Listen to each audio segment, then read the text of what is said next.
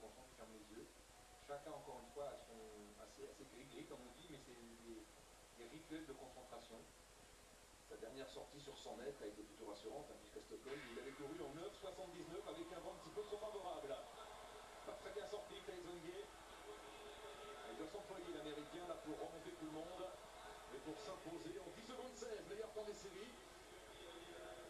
Mais sa mise en action a été vraiment délicate. Hein, il a vraiment pas peu de risque. Il a un temps de réaction de peut-être 200 millièmes de seconde. Donc pour un sprinter de ce niveau-là, c'est moyen. C'est vraiment très moyen, je vais envie de dire mauvais.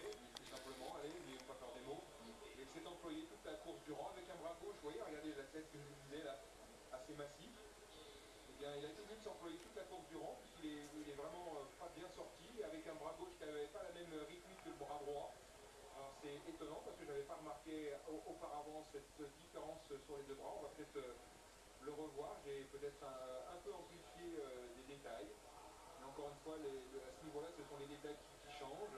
Regardez ce temps de réaction épouvantable, avec des bras vraiment très tendus qui relancent des efforts et des forces vers l'arrière.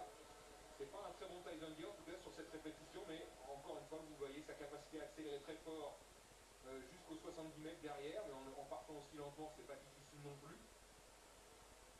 On revoit ces images, regardez, avec un bras droit qui part à l'extension complètement tendu vers l'arrière, un bras gauche un peu moins tendu, mais un bras droit très très tendu, regardez, il prend hyper extension. Ça, c'est pas le meilleur mouvement possible, parce qu'imaginez que vous ayez un petit poids de 500 grammes dans les bras, et bien vous allez vraiment envoyer violemment des forces vers l'arrière, alors que vous êtes censé le faire vers l'avant. Donc c'est pas une bonne répétition pour Tyson Gay, mais encore une fois, on vous le dit encore aujourd'hui, hein, la marge de différence qu'il a avec les autres sprinters lui permet de faire ce type de course sans en payer vraiment fortement le prix. Là, il accélère très fort, on le voit très très bien, il est très très véloce, c'est sa capacité à mettre des cadences exceptionnelles. Et par contre, vous voyez qu'il a été obligé de les emmener très très loin jusqu'à la ligne d'arrivée quasiment. C'est un peu difficile et on sait que la pluie et le froid, c'est pas vraiment des bonnes conditions pour n'importe qui, mais c'est peut-être pour les athlètes venant des Antilles. Allez, Usain Bolt qui est bien sorti avec Gérald Piry à sa gauche, le Zambien.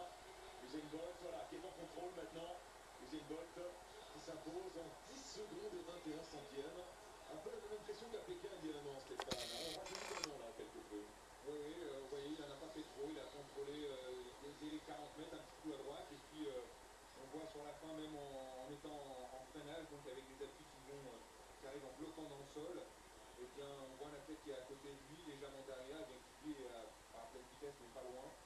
Donc c'est quand même la différence entre Monsieur Bolt, 10-20, avec un vent légèrement défavorable à 0,5 mètres par seconde, qui fera donc pour l'instant le deuxième temps, ce premier tour, et les autres.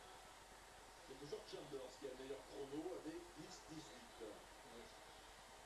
10-20 pour Bolt. Gérald Piry, le Zambien, deuxième en 10-30. Voilà, il a été sérieux, c'est une révision. Là, vous voyez, il a envoyé 40 mètres. Et puis derrière, c'est un déroulé. La différence de Powell, c'est que lui, quand il déroule, il reste devant. Oh, c'est méchant.